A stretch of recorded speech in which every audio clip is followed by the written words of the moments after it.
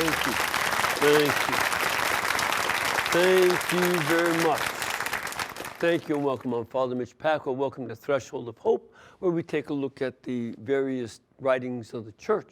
Before we get to some of that, I want to remind that today is the feast of St. Vincent de Paul. And he was born in 1581 and died in 1660. Remember, this was a time of great turmoil. During his lifetime, the 30 Years' War took place, pretty devastating in Europe, Western Europe. And he was also captured by Muslim pirates in the Mediterranean and kept as a slave for a couple of years till he finally got away. That experience, as bad as it was and as painful as that was, it'd be an awful thing to be forced to do labor for someone else and be somebody else's slave. It gave him an empathy for other folks. And he learned from that bad experience to make sure that he cared for the poor. And the two elements that characterized his ministry as a priest is that he worked to take care of those in need. Something that all of us must do. In this year of mercy, we're reminded of the spiritual and corporal works of mercy, one of which is feeding the poor, giving them clothing, etc. And his St. Vincent de Paul Society continues to this day doing that for the people in need. And any one of us can take part in helping with that through the St. Vincent de Paul Society.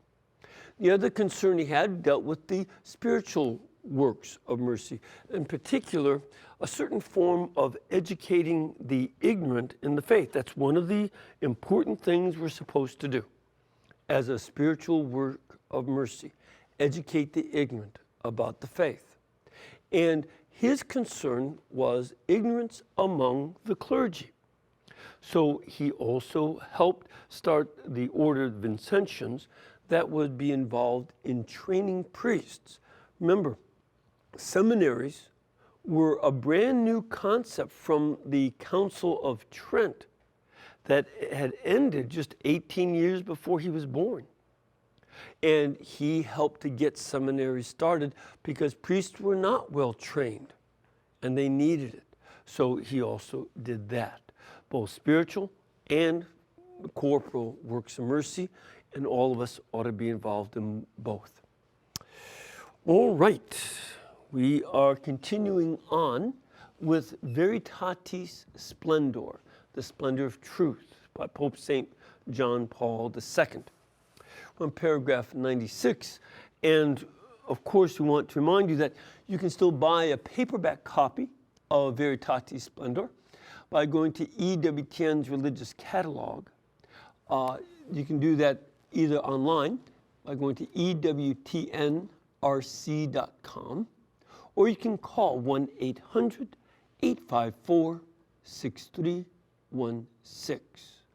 If you prefer, you can download a free electronic copy of Veritatis Splendor by going to our website, EWTN.com. You'll see up at the top a Faith button. Click that. Then you'll see libraries. Click Document Library. Type in Veritatis Splendor, and you can download that into your computer for free. Either read from your computer or print it out for yourself. All right. We also want to remind you that we want you involved and to participate in the show. You can do like these nice folks have done by coming all the way to sweet Irondale, Alabama, right next to Birmingham. Big group of folks have come from Wisconsin, up in Green Bay, and there are also folks scattered from other parts of the country. If you want to do that, you're very welcome. We'll give you more info about that. Or you can send a question by email by writing to threshold@ewtn.com. Or if you prefer, you can call during our live broadcast, which is on Tuesdays at 2 p.m. Eastern Time, and adjust that for your own time zone. It's the number you can call in North America is 1-800-221-9460. If you are outside North America or inside Birmingham, you can call 205-271-2980. I look forward to your questions and comments. So paragraph 96, is dealing with some criticisms because the church is firm in its moral teaching. And we realize that our moral norms are unchanging. And some people think that's demeaning. You don't understand what it's like for me in the modern world because it's different now than it used to be. Well, you know, for one thing, I would say this. That's what every teenager says. You don't know what it's like. You were a teenager a long time ago, and it's different today. No, actually, that's one of the constants. Teenagers say that every generation.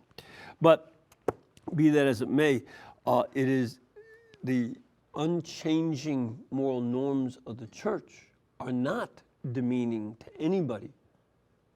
It rather implies that the moral norms apply to everybody in every age.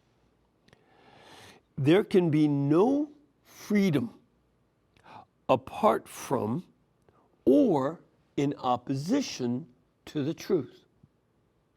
You will never have real freedom if you oppose the truth. Good examples. If you think back on the days of the Third Reich, look, you can, I think you can even download an English translation of Hitler's Mein Kampf. Or you can read in Karl Marx's Das Kapital and other books by other dictatorial governments that they deny that truth exists. And therefore, you say, we don't have to worry about the moral norms of old. And once they do that, what are they up to? They are going to try to oppress anyone they disagree with. Well, there is no truth, but now I'm in charge. So what I say is the truth, whether it's true or not. That's what all dictators do. And when they do that, it's at the expense of the freedom of the citizens. And this is always key in every age. And therefore, he says that because there is no freedom apart from truth or in opposition to truth, therefore, the categorical, unyielding, and uncompromising defense of the absolutely essential demands of human personal dignity must be considered the way and the condition for the existence of freedom. So, human dignity is necessary for freedom to exist because freedom resides not in any state. The freedom does not reside in a political platform, program, or idea. Freedom lies in the free will of each individual person. And as our own American Declaration of Independence makes clear, that freedom is a direct gift from God the Creator to each individual, and it is not mediated by the state. God does not give freedom to the individual through any government. Not King George's, not the present Democratic Republic of the United States, not through any other government. No government gives you your freedom. God does. And this is something that is the one logical conclusion you can draw from the inherent dignity of every person. Even though governments throughout history attack that dignity, our government has been as guilty in many ways as others. Not quite as bad as some, but still as guilty. Think back on how the United States Supreme Court has attacked human dignity that is inherent in people. When it said in the Dred Scott decision of 1856 that blacks are inherently inferior to white people, and therefore, even if they escape from slavery, they still must be returned to their owners because they are inherently unworthy.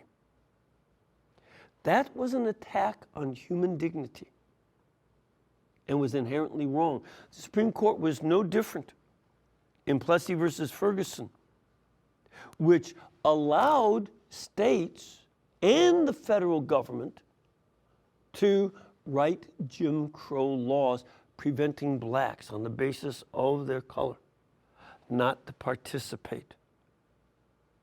Woodrow Wilson made it so that blacks could not work for a company that had a federal government contract based on an evil decision by the Supreme Court.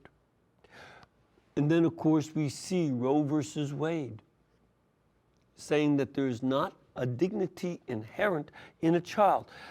Does a child, and it's an important distinction that philosophers make, there's a distinction between having the actualizing of an ability versus having the capability or the potential. But that child in the womb has the potential of reason. They just haven't actualized it yet. But that doesn't take away their rights any more than there are lots of times in adults don't use their intellect and free will. They want to veg out, watching, playing cards or watching a sports game or something. And does that mean that because they're not using their intellect at that moment, that therefore they lose their rights? Of course not. Same thing with children in the womb. And this is something that we have as the very basis of freedom for everybody, the recognition of the human dignity of everybody. And none of those are permitted, none of those losses. This service is directed to every single person, considered in the uniqueness and singularity of his being and existence. See, this is a very important element. In totalitarian governments, they see everybody as being just alike. In a totalitarian system, everybody can be replaced by anybody. That's their approach. It's one of the reasons why, who went to fashion shows in Moscow in the 1950s? Everybody was forced to dress kind of the same. There was one, it was cheaper for the state to produce the same colors and styles for everybody. And the uniqueness of anybody could not really be expressed. That wasn't of value because they were trying to train their people in understanding that you are replaceable. Whereas our faith, that God creates each human being as a unique person. If you think that snowflakes are all unique, how much more human beings who are far more complex and interesting than snowflakes? And they last longer, unless you live in Alaska. But this is something that is very important, that there's a unique and singular way. This is why, the problem that we have of unmarried parents or of easy divorce, what are we saying? Well, moms and dads are replaceable. They're negotiable. Just get another one. Go find make something else up. The uniqueness of the one father and one mother that you have and you're born with is something very important to be preserved if life allows it. You know, that's a tough lesson for our culture. Only by obedience to the universal moral norms do people find full confirmation of their personal uniqueness and the possibility of authentic moral growth. Think, it's hard to get into all of it, but one of the things to keep in mind is that it's in the struggle to keep the moral law that we develop our uniqueness. The way, as a very superficial image, the way cutting a diamond along the lines of its crystalline structure. That's why expert diamond cutters are so important. They understand the interior structure of a diamond, and they cut the diamond in a unique way.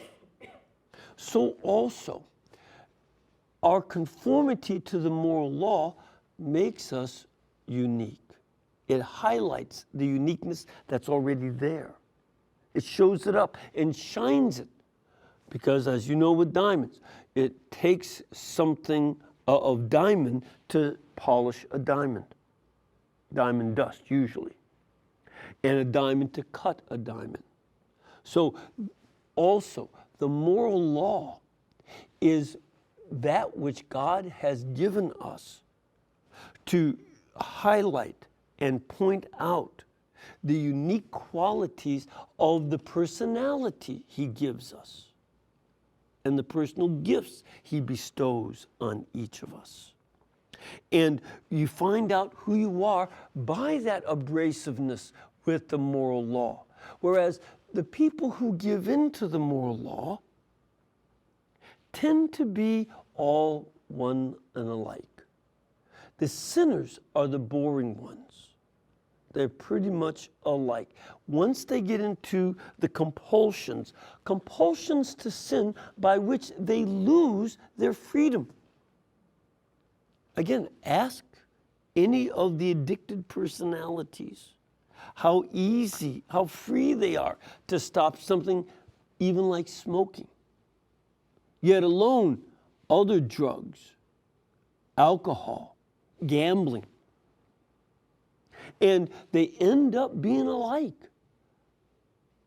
The pornography people are looking at the same images on the internet.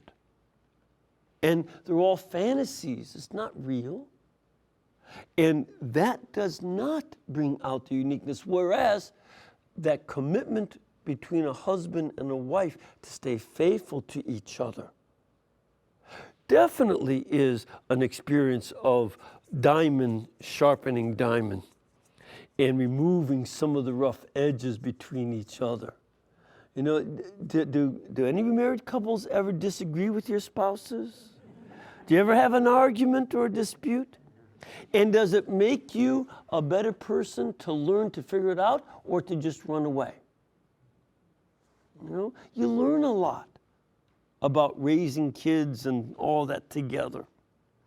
The diamond sharpens the diamond. And that's where the authentic moral growth comes in and the confirmation of personal uniqueness. For this very reason, this service is directed to all of humanity. It is not only for individuals. Well, my personal choice is to go along with the 10 Commandments, but that's just for me. No, the 10 Commandments are for everybody. Thou shalt not kill. We want everybody to live that out. That's a good thing. The whole of the community, the society as such, needs these norms. These moral norms that come to us from God are an unshakable foundation and a full guarantee of a just and peaceful human coexistence. Everybody lives, thou shalt not steal. Would that not make for a far better world? It might do some damage to the locksmith's business, but in general, it would be a positive thing for all of us to obey, thou shalt not bear false witness, and all the ramifications of false witness or killing, etc. And this is what makes possible a genuine democracy. Do a lot of you feel free to walk through some neighborhoods of the south side of Chicago? Not now, you don't. There was a time in which you might have felt free to do so, but not now. This new wave of violence with 3,000 people already being shot at, over 3,000 this year. This is not giving you freedom to say, oh, I feel good. I mean, just the other day here in Birmingham, 2 boys were fighting over a cell phone. One shot a gun and killed a 4-year-old on a porch. Does that make people more free? Because that kid who doesn't have a legal right to walk around with a gun, he wasn't obeying the law or exercising his rights.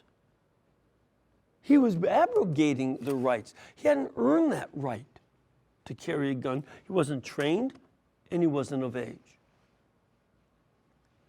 This is the kind of thing where it does build for greater and genuine democracy, where there's freedom for everyone. And that can only come into being and develop on the basis of the equality of all its members. That's one of the reasons why when we see people who are very rich getting away with things that the rest of us would be put away for, when we see politicians getting away with various deeds for which other people in the government at a lower rank go to jail and get punished.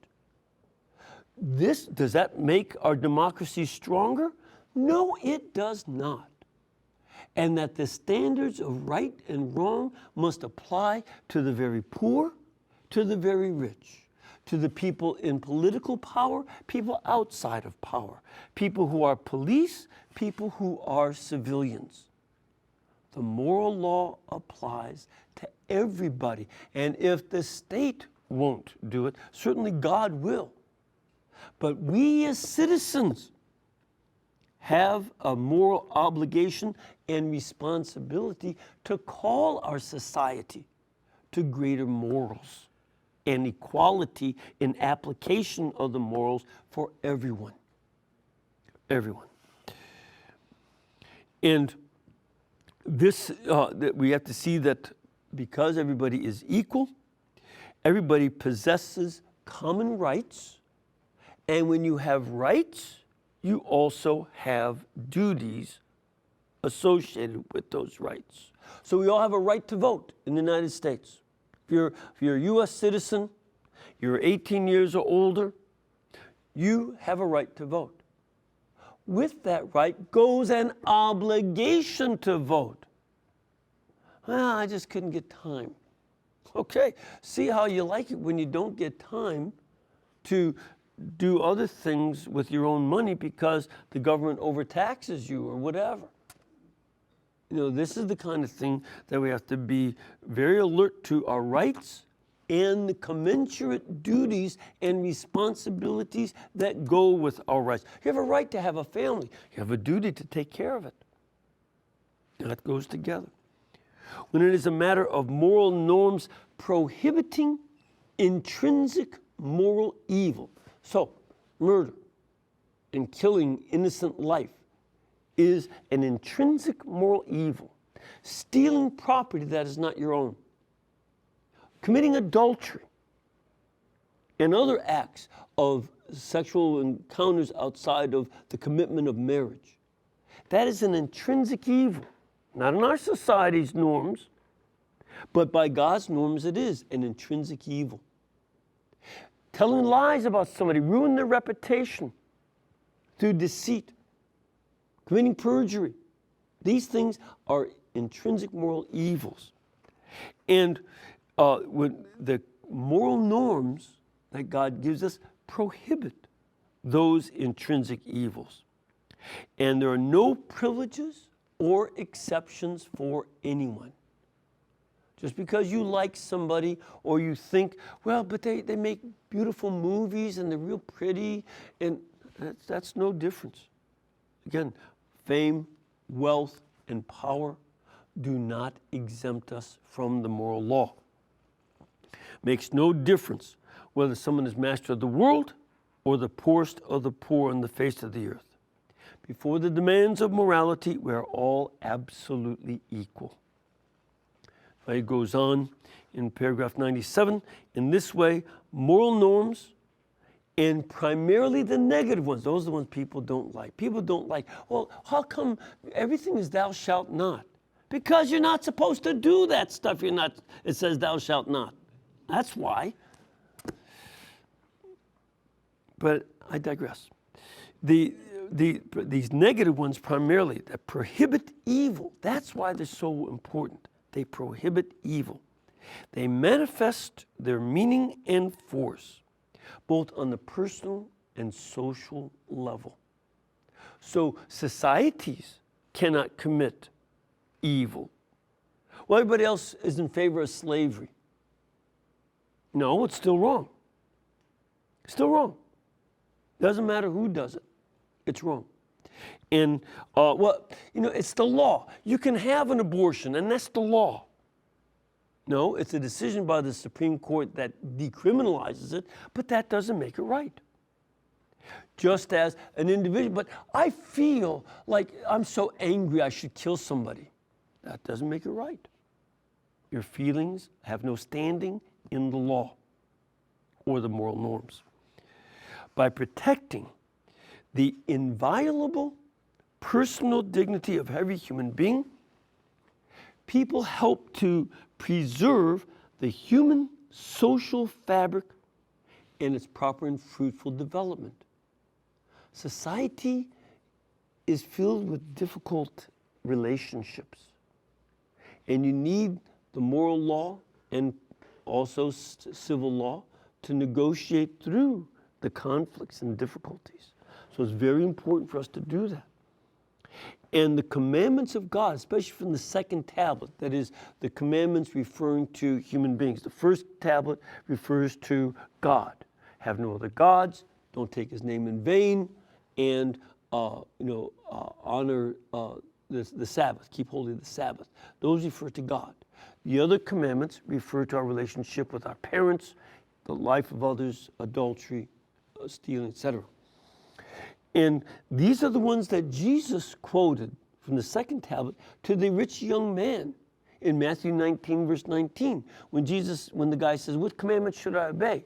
And Jesus answered, honor your father and mother and love your neighbor as yourself. Okay? So these are indispensable rules of social life. But these commandments are general. We have to make them more specific. And as we see in Gaudium et Spes, the very fact that, quote, man's social nature makes it evident that the progress of the human person and the advance of society itself hinge on one another. Society progresses when the individual is respected. For the beginning, the subject and the goal of all social institutions is and must be the human person, which for its very part and by its very nature stands completely in need of social life. And that will help us then to go and make specific and clear moral, detailed code of morality. The fundamental rules, moral rules of social life entail these specific demands that both the authorities in society and the citizens must pay attention to. Even though the intentions may be good and circumstances difficult, civil authorities and particular individuals never have the authority to violate the fundamental and inalienable rights of the human person. In the end, only a morality which acknowledges certain norms as always valid and valid for everyone with no exception can guarantee the ethical foundation of society and social coexistence on the family level, community level, national level, and international level. That's why we must demand this from ourselves and from our political leaders as well. All right, we're going to take a break. We'll come back in just a couple of minutes, so please stay with us.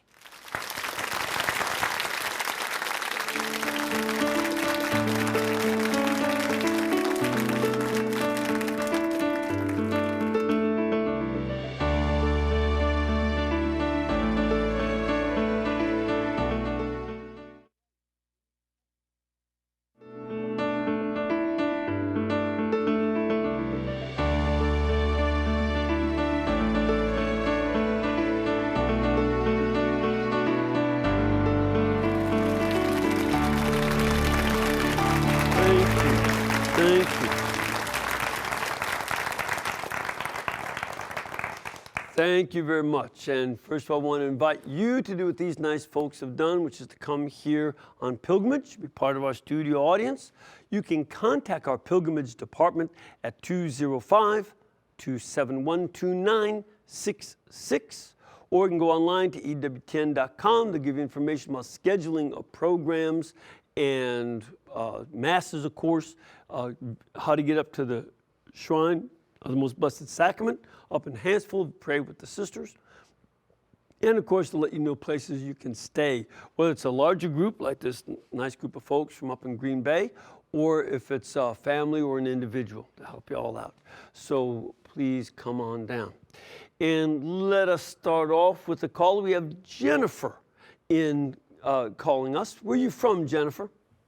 Connecticut. Connecticut. Where in Connecticut are you calling from? South of Danbury. Okay, so that's a very famous place, isn't it, Danbury? Oh, it's a city. Well, do you not know what happened in Danbury, Connecticut? Well, yeah, things happen there, but one of the very important things was the Baptists of Danbury were being prevented from forming a church by the Congregationalists, now the United Church of Christ. And it was President Jefferson who wrote, I think in 1803 or 04, saying that there is a wall of separation between church and state. Now, that's not in the Constitution, but he said that the state may not interfere with the church. So that's why Danbury is very famous. So what's your question today?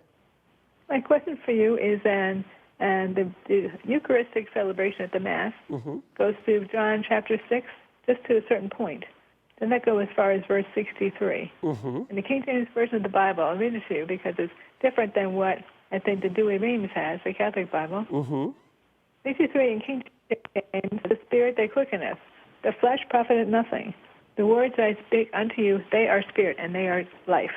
I believe the Douay-Rheims Catholic Bible is actually verse 62 in the King James Version, which says, What and if ye shall see the Son of Man ascend up where he was before? That's accurate? I don't have a Douay-Rheims. I tend not to use it because, and Douay-Rheims does not have verse 63? No, it doesn't. They have it's number 63, but it's a different translation. Oh, of course, yeah. Well, you know, the King James was translated a couple years after Douay-Rheims. What does the Douay-Rheims read for verse 63? It's actually verse 62 in King James. Oh, okay. Again, the difference in numbering is not important. You know, they were dealing with different manuscripts. The manuscript that the King James used, it's called the Textus Receptus, right? That was the Greek manuscript that they were using. It's a 12th century manuscript, whereas the Catholics were basing it on a 4th century manuscript. And so that's one of the differences. But here's, is that your problem about the numbering? Well, actually, the Douay-Rheims I see on the Bible Gateway on the computer Yeah. is dated 1899 for Douay-Rheims. No, that's the edition you have. It was translated in 1607. It came out, 1607. I think King James was 1609. So in the first edition. Okay, 2 years. Yeah, just 2 years. They were actually not cooperating, but they were copying from each other because they did it book by book. As they came out with the translation, they'd publish it, and they copied from each other in many ways. They're both translating into English. Both King James and the Catholics thought that the earlier translations, like the Matthew Bible, Tyndale, and others, were defective translations. So they were trying to improve it, because when you translate from one language to another, you have to do your best. I mean, there were English translations right away, fairly early. Saint Bede the Venerable had helped to translate the Bible, but in a very old English. But what's your problem with that verse? And this is that the King James Bible is the most translated and published Bible in history. So it doesn't make it the best. Again, the manuscript that it's but I still don't know what your problem with the text is. But the issue of numbering verses is unimportant. It's the content of the verse. And secondly, the King James was using a very late Greek manuscript, 12th century. And today, we have lots of much better quality manuscripts than that one. What you may want to do is take a look at the the Cambridge History of the Bible. It'll give you a number of good historical points about that. Also, if you I think it's the Oxford History of the English Language, in the edition on the 16th century, excluding drama. It's by C.S. Lewis, himself an Anglican. But in that volume on the Oxford History of the English Language, he does a whole couple chapters on the Douay-Rheims and King James translations. But in terms of the biblical expertise, the Cambridge History of the Bible, so 2 volumes, and in volume 2, you can read more about the King James Bible. And you'll see the ups and downs with it. For instance, in the 1609 and 1611 editions, they included the 7 books that we call the deuterocanonical books. But then the print shop took those books out in the 1627 edition. So it'd be good to take a look at a lot of that and see what's going on. Let's take a question from our studio audience. Ma'am, where are you from? From Wisconsin. Great, and your question? Within the last week, A Wolf in Sheep's Clothing was aired. Yes. I was able to see most of it, but not all of it. And I was wondering I thought it was very good, and was wondering if it could be aired again. As a matter of fact, this was very well received. Stephen and Richard Payne did an excellent job of doing that documentary on Saul Alinsky and his methods of community organizing and the impact it has on politics and on some of the church ministries. I don't know when they're going to re-air it. I'm sure they will, because people really did like it. But you can also get a copy from our catalog, ewtnrc.com. You can go online to order it, and or you can call 1-800-854-6316. They may even have it in the gift shop here on campus. There's a lot of data in there, tremendous amount of information. And it may be the kind of thing they ought to write a book about eventually, because to get all that info down, we may need a study guide, you know. There you go. You write a study guide. Buy a copy and write a study. We'll see if we get it published. All right, we have another caller on the line. Hello, Christy? Hello? Yeah, Christy, where are you from? Oh, wow, New Jersey. I can't even believe I'm actually talking to you. I'm such a... Well, why, if you can't believe you're talking to me, why did you call? Well, I've never been able to get you on the air for other reasons. But, Oh, great. You can ask Jackie about that. Okay. There was some predictions for your health, but that's a whole other talk. I'm just glad that you're alive and still with us. I appreciate it myself. But Very what can we much. do for you today, Christy? I'm incredibly nervous, so I hope I get Oh, my don't spiel be. out correctly. Thanks to the power of being homebound for 6 years in EWTN, being at my beck and call, I've been fueled with education, and it's been a wonderful, wonderful thing for me. Great. So I volunteered this year to assist with CCD at my local parish, Okay. which is Our Lady of Sorrows. Can you still hear me? Yeah, sure, just fine. Yeah, my phone started making a funny noise. Okay, so I asked them about, I'm like, I use the truth in the heart with my niece, and can I incorporate that with, what you're working with? And they're like, oh, yeah, little by little, whatever.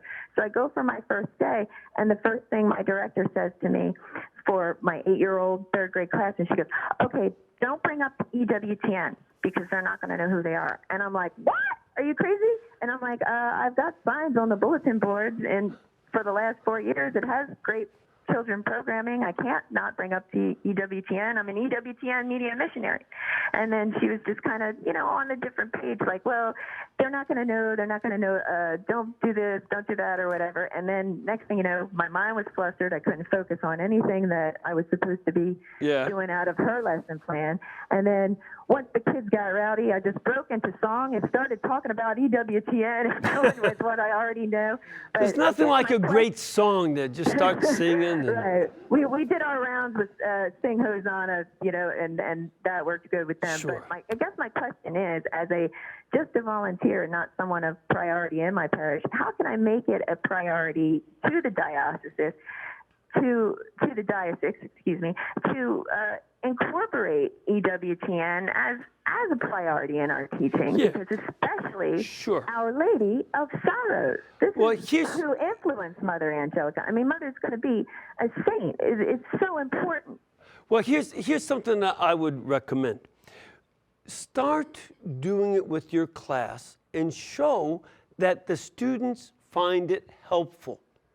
A lot of times they just think, well, that just won't work with the kids. It will be boring, whatever. Let the kids be the ones who get across the message that, hey, this is something very helpful. So let's go with that. And that's the best way to do it. And get a number of kids, a number of classes, and maybe talk to a few of the other catechists, maybe in other parishes where they're not quite so nervous about it, and see if you can get them to do it. And the kids will be the best salespeople for it. That'll be a good way to do it. I have another question from our studio audience. Sir, where are you from? My name's Tom Dickfuss. I come from the cheese capital of the world, Plymouth, Wisconsin. Oh, okay. Yeah, Wisconsin, yeah. I'm wondering, there are so many... As a matter of fact, viewers know that there are places along the interstates called Cheese Castle, Cheese Pals. I mean, it's just cheese everywhere. It's wonderful, wonderful. Just wear something under your nose when you walk in. But go ahead. I'm wondering, there are so many laws on the books. Why don't we just go by the 10 Commandments that are in the Bible? You are bringing up an issue that the founders of the nation were worried about when they were at the Constitutional Convention. They were concerned that this country cannot work unless the citizens are basically moral themselves.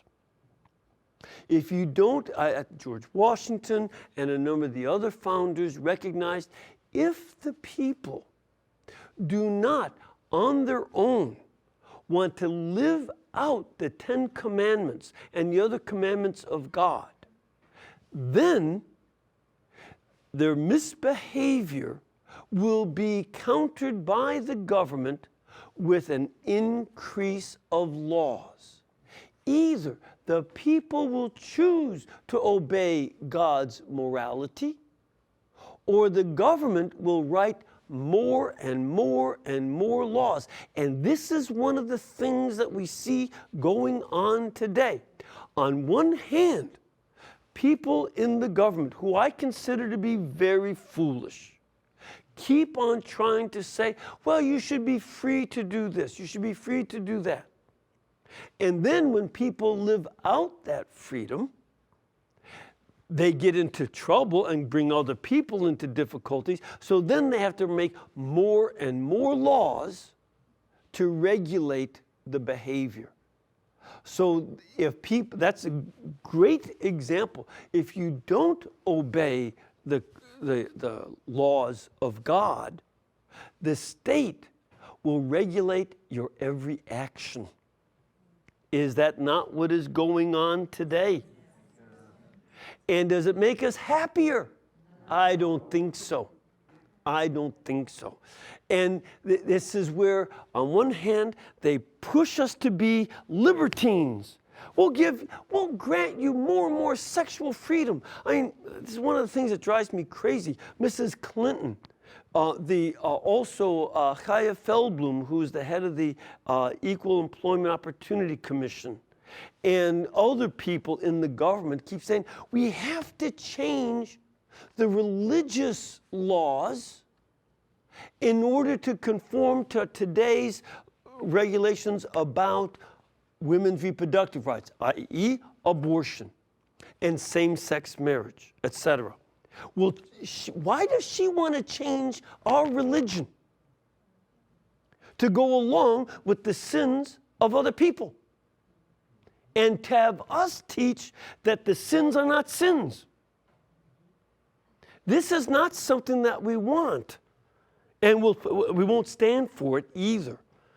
That's, this is something that we have to, give pushback, because then once they do, they'll come up with more and more rules. So now, as an example, this last Tuesday, I got the notice of this, that in the Commonwealth of Massachusetts, a commission is saying that churches that don't have transgender bathrooms will no longer be allowed to have spaghetti dinners and pancake breakfast and all that stuff, because you can only do your church service, and you do anything else, we're not going to allow it because you don't allow transgender. They'll make more and more rules as they try to get rid of the commandments. That's not going to help human freedom at all. So that's what I'd be against. Another question from our studio audience. Sir, where are you from? We're from Florida. Great, welcome. How can you relate your topic today to the current Black Lives Matters movement that we see? Great question. In some ways, I alluded to that a little bit. One of the things that we have to keep in mind at the outset, the citizens must obey the commandments of God.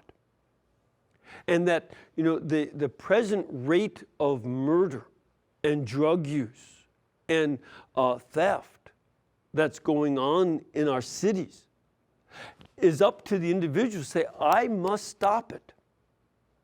This is wrong, and I'm not going to walk around with a gun. These young people who are going around, they're pointing pistols like this. The sights are on top. What are you aiming at? And innocent people get killed. On the other hand, the police must also be very cautious about how they approach. I understand. They are afraid. This has been a horrible year for police being killed as well. Police are getting shot and killed, and they're not even involved in the confrontations, but just because they have a uniform on, they're targets.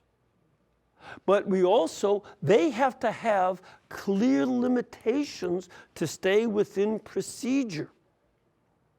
And the rest of us also must make sure that in these circumstances, and this goes from the president on down to the rest of us on the street, we better know the facts before we judge. Oh, the police did this again, or the criminal did this to the police. We don't know.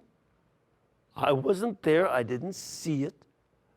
And, this is something that is not a matter of gossip for political advantage or disadvantage. This is about human life. See, this is what I mean. The human dignity of even an arrested suspect who's not yet a criminal until they're convicted. They're still innocent until proven guilty in our system. And they have rights even if they are a suspect. And the police must protect those, but the suspects also must protect the rights of the police to their safety. The respect of each other and the inherent dignity.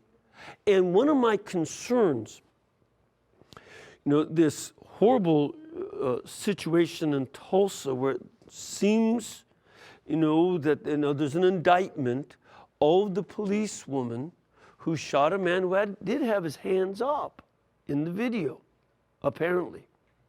And this is a horrible, but then I say, why is all the protest going on at the North Carolina where the police kept saying to the guy, drop the gun, drop the gun. You can see that on the video. And there's all this rioting and all this stuff going on in Charlotte. And then it's picked up again in Atlanta, but not in Tulsa. And I'm wondering, what's going on here? Something seems amiss.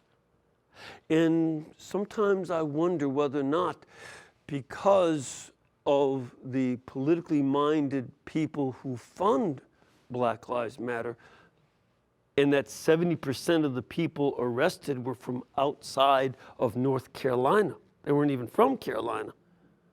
And I said, something doesn't sound right. And I'm hoping nobody is trying to make political hay out of the death of a policeman or anybody, or a citizen or anybody else.